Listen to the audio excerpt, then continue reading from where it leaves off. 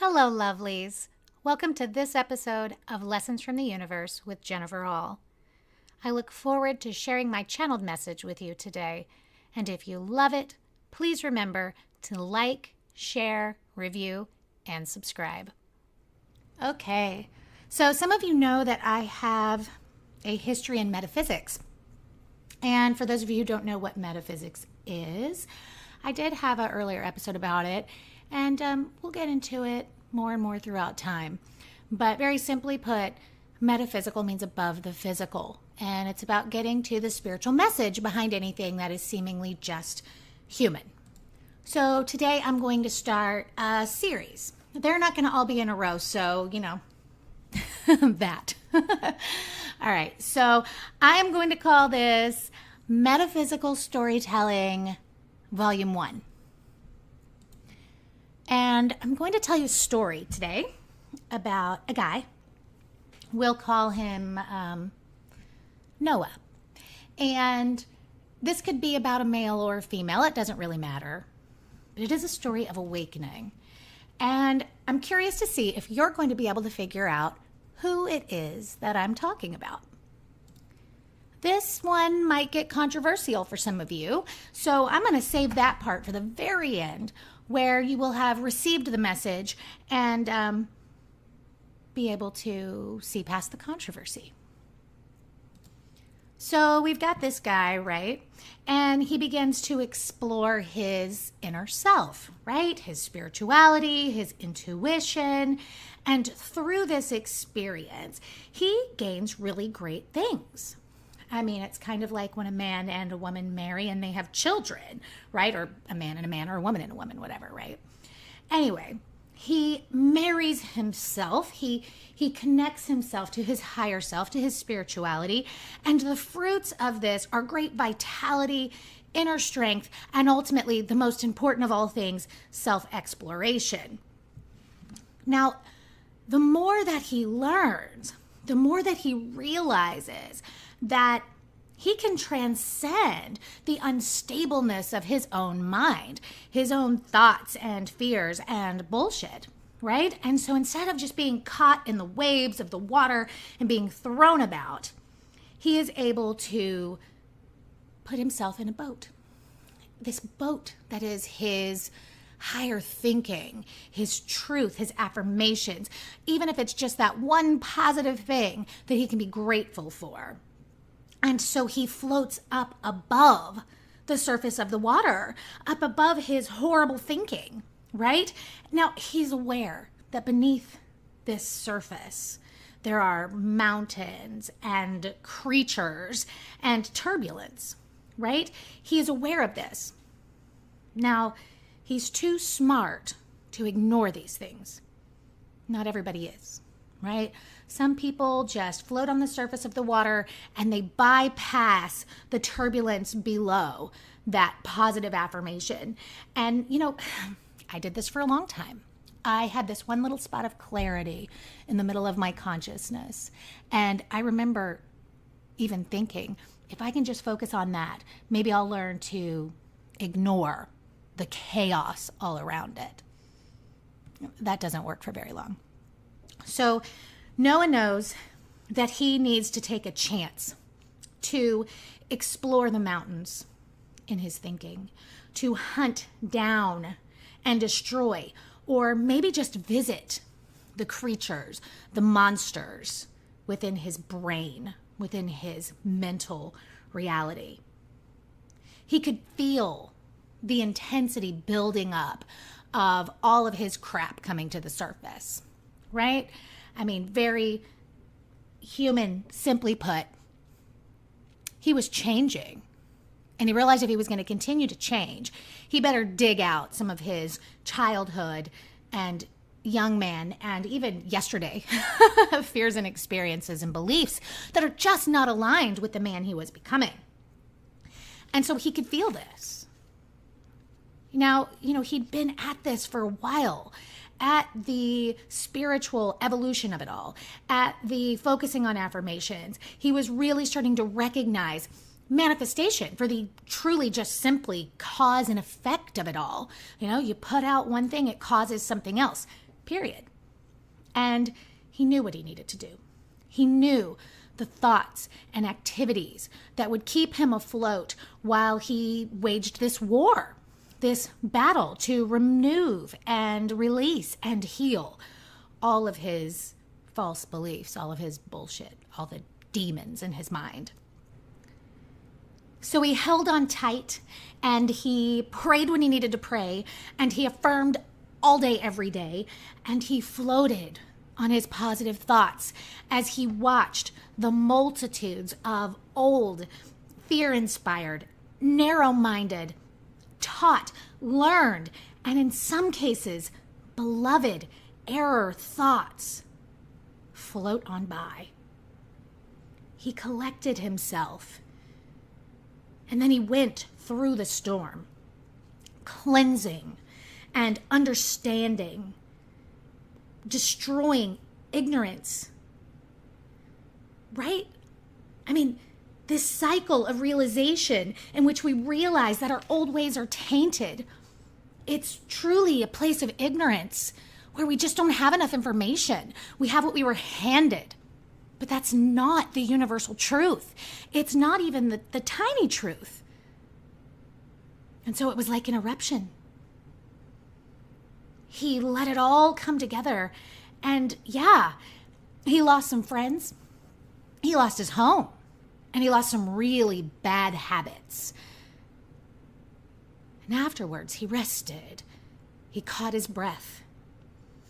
It took a minute to assimilate these new ideas, to let them soak in, and to recover from the loss, right? Because even when it's shit we want to get rid of, there's a loss, there's an emptiness that needs to be refilled.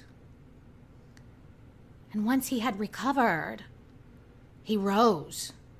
He rose to the very top of the mountain of his understanding, of his life. He landed there at that tip of that mountain, aware and above, so far above the bullshit that it practically ceased to exist.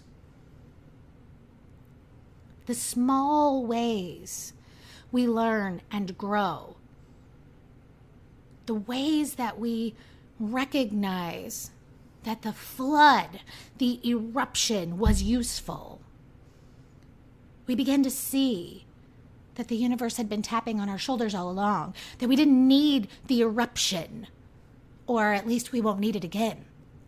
And we can promise ourselves, and when we promise ourselves, the universe supports that. We will never have to have another crazy eruption if we begin to listen. And so he learned to listen. It took him a good year, at least, right? A little bit more.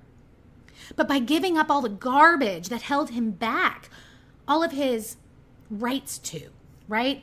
The right to be angry, the right to be hurt, the right to be ugly, to be negative. We have a lot of rights to. We also have the right to let that go, to recognize it was the seed of our enlightenment, to be grateful for character revealed, and to move forward. He got smart. He began to really focus on, what do I learn? How do I grow? He began to focus on the whispers, on the universe in his ear, his mind, and his life. And his thoughts got truly aligned with light and intelligence. And he began to walk around this life school, surrounded by rainbows. His thoughts began to reflect his newfound, obtained, realized intelligence. And he became protected by it. Nothing could destroy him again. Nothing could break him again. He recognized that when the storm comes, it's because we didn't listen to the taps on the shoulder, and the universe deemed that the only way to wake us up.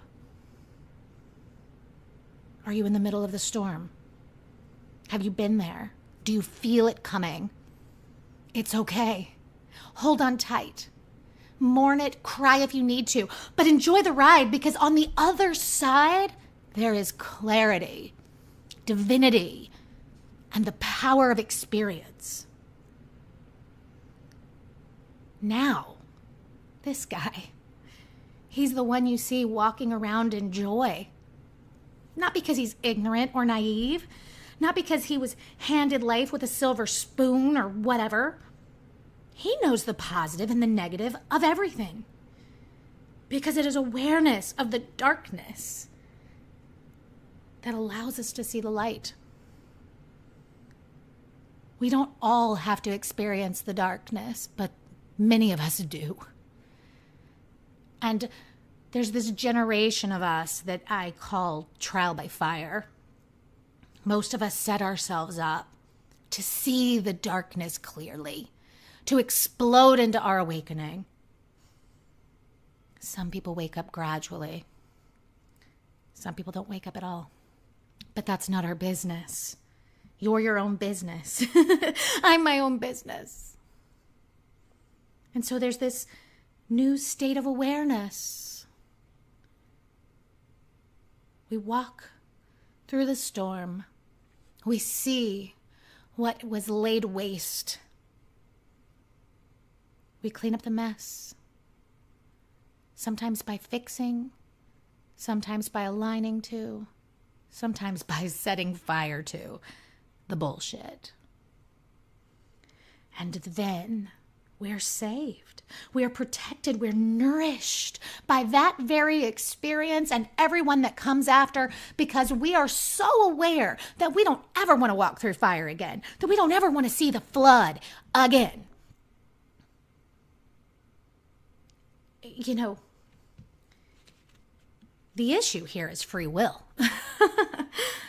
We are free agents of the universe. We get to choose.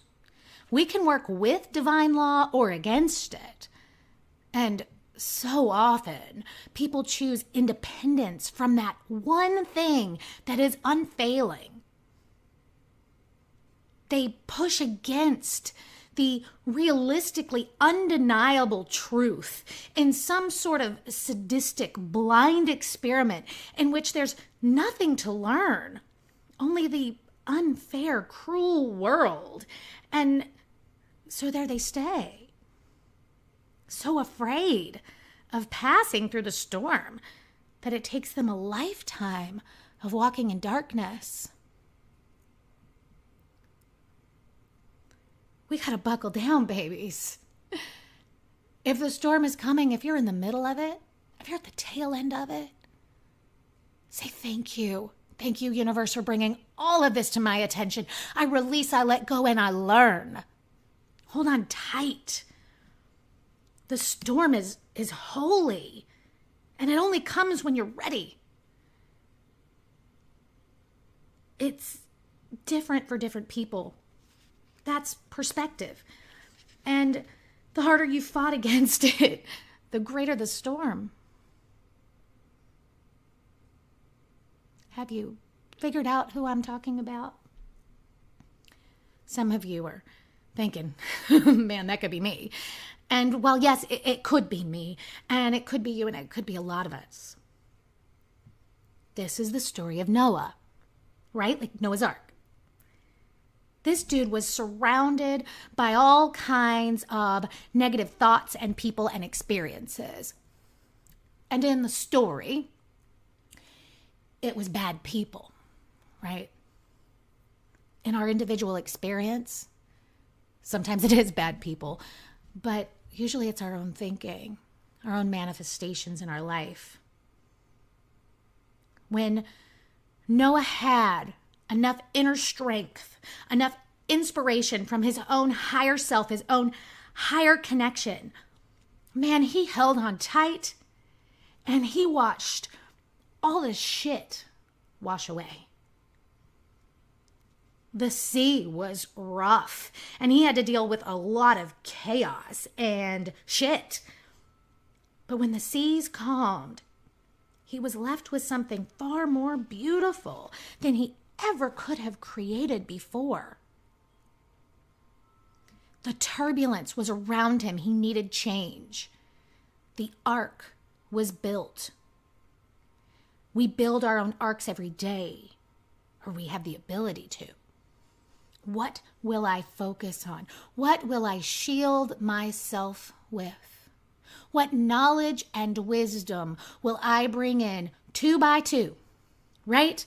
We bring the positive, but we cannot walk through unaware of the negative. We must know both sides of the lesson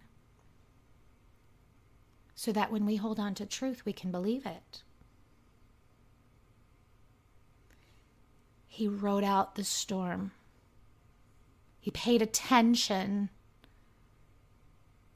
And when it landed on the top of that mountain, he caught his breath. We have to work with the law, beloved. 2 + 2 = 4, no matter what you do. This is what life is. This is what spiritual law is. We're going to put it out and we're going to get it back. It may not be in the same way. And sometimes it is a kick in the balls because we weren't paying attention to anything else. We have a choice. We see 2 + 2 = 4 or 1 + 3 = 4 or whatever, right? And we have a choice. We can learn and grow and change. Or we can just suffer through it till this life is over. People tell me sometimes they're doing everything right. Oh, I'm doing everything right. Why is God punishing me? They're not. They're not doing everything right. They're not claiming responsibility for their own divinity.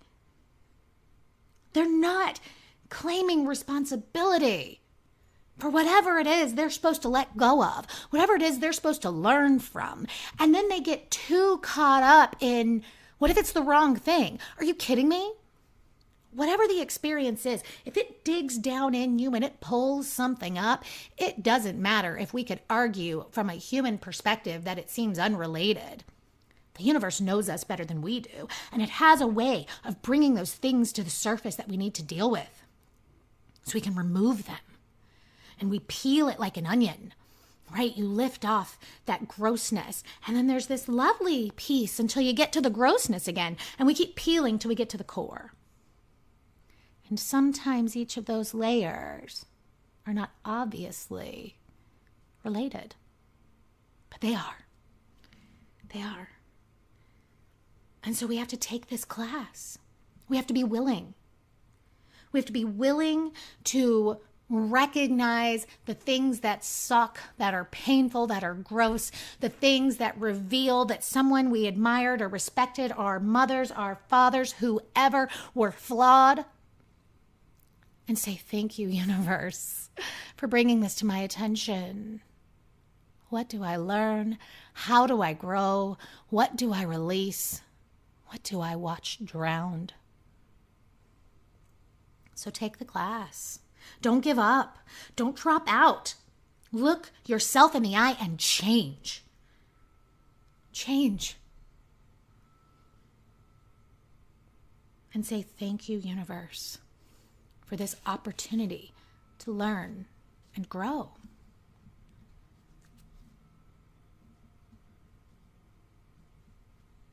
There was a time in my life that the storm hit. More than one. I remember very clearly the feeling of holding on tight, of just trusting that the other side of this chaos within my mind, this flood of old memories and fears and the voices of others, that they were flooding up in me so that they could wash away the bullshit. There was a flood here, actually, not that long ago, a few years ago. And the water came up into my backyard.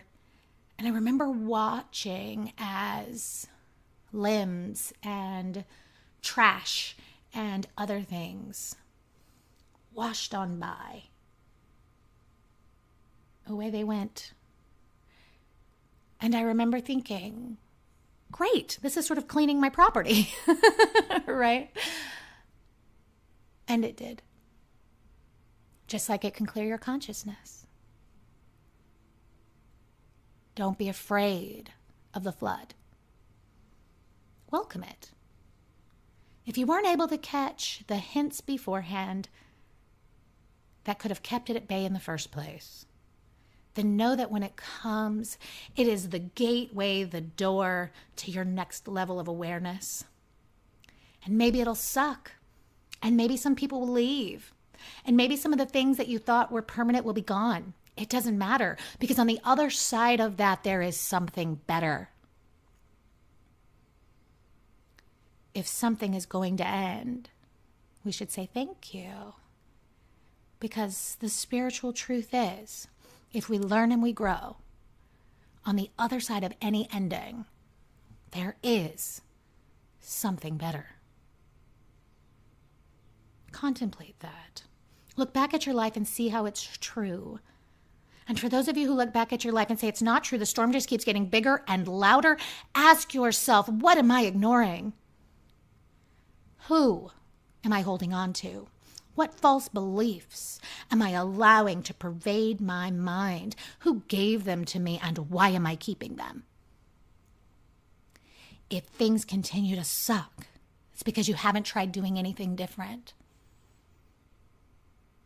Grab on to whatever positive thing you have. And if you don't have one, pick an affirmation. Say, I am safe, I am safe, I am safe all day long. Highest good, highest good, highest good, all week long. Count to 100 if you have to. Break the cycle. Let the flood clear away all the trash. And the fertile soil that's left behind becomes your new garden, your new life, your new experience. And in that place, you get to grow whatever is truly yours, whatever is your highest good. This is the truth. Until next time, beloved, namaste. Hi, beauties. My name is Megan, and I couldn't pass up an opportunity to share who Jennifer Hall really is with all of you. Jennifer is a gifted woman who loves to share the tips and tricks of mastering lessons from the universe through real-life experiences. When I found Jennifer about 2 years ago, I did not know what to expect. My past conditioning had me fearing psychics and avoiding them, and that was something I overcame within my first conversation with Jennifer. She has no desire to control you or make decisions for you, but she will tell you what's best for your highest good, and it's up to you to do the work or not.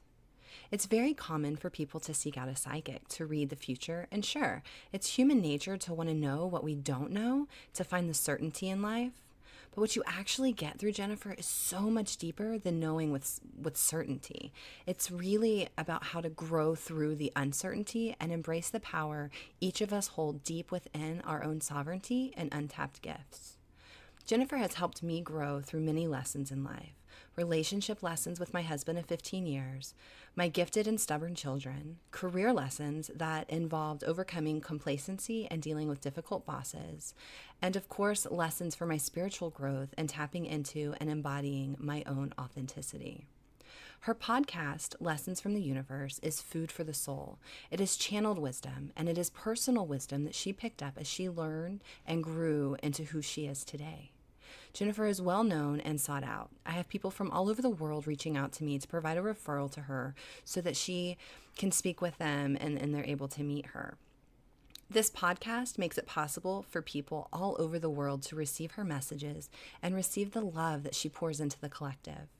If you aren't a patron today, please consider becoming one and donating as much as $1 per month. If all of her beloved fans donated just $1, it would make an amazing impact on her offerings to the world.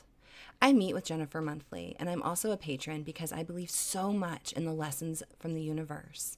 And I have witnessed the beauty in learning and growing, the beauty in overcoming and smashing the many bubbles of conditioning that I succumbed to in my past. I have a new, more powerful story, and a big part of this story is embracing lessons from the universe.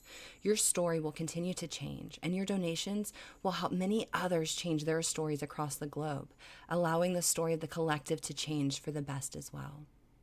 If you love and live through the lessons from the universe as much as I do, like, share, and become a patron, and watch lessons from the universe take the rest of the world by surprise in the best ways possible. Sending light and love to all of you. Namaste. I want to thank each and every one of you for joining me today for this episode of Lessons from the Universe with Jennifer Hall. If you haven't already, come out and find me on social media, and if you're inspired by the podcast, please consider clicking that little green patron button at the top of the screen. Here, you can help keep us growing and flowing, and you can gain access to what I call Jen in real life. That is patron-only content. If you're wanting to learn more, I recently introduced educational sessions specifically to address people's questions that come up around the podcast. These are the only sessions available to new clients, and you can find details in the About section of my Facebook page. I want to send each of you light and love, clarity and wisdom, and know that whether you realize it or not, there's a little brunette with a podcast who's got your back. Until next time, beloved, namaste.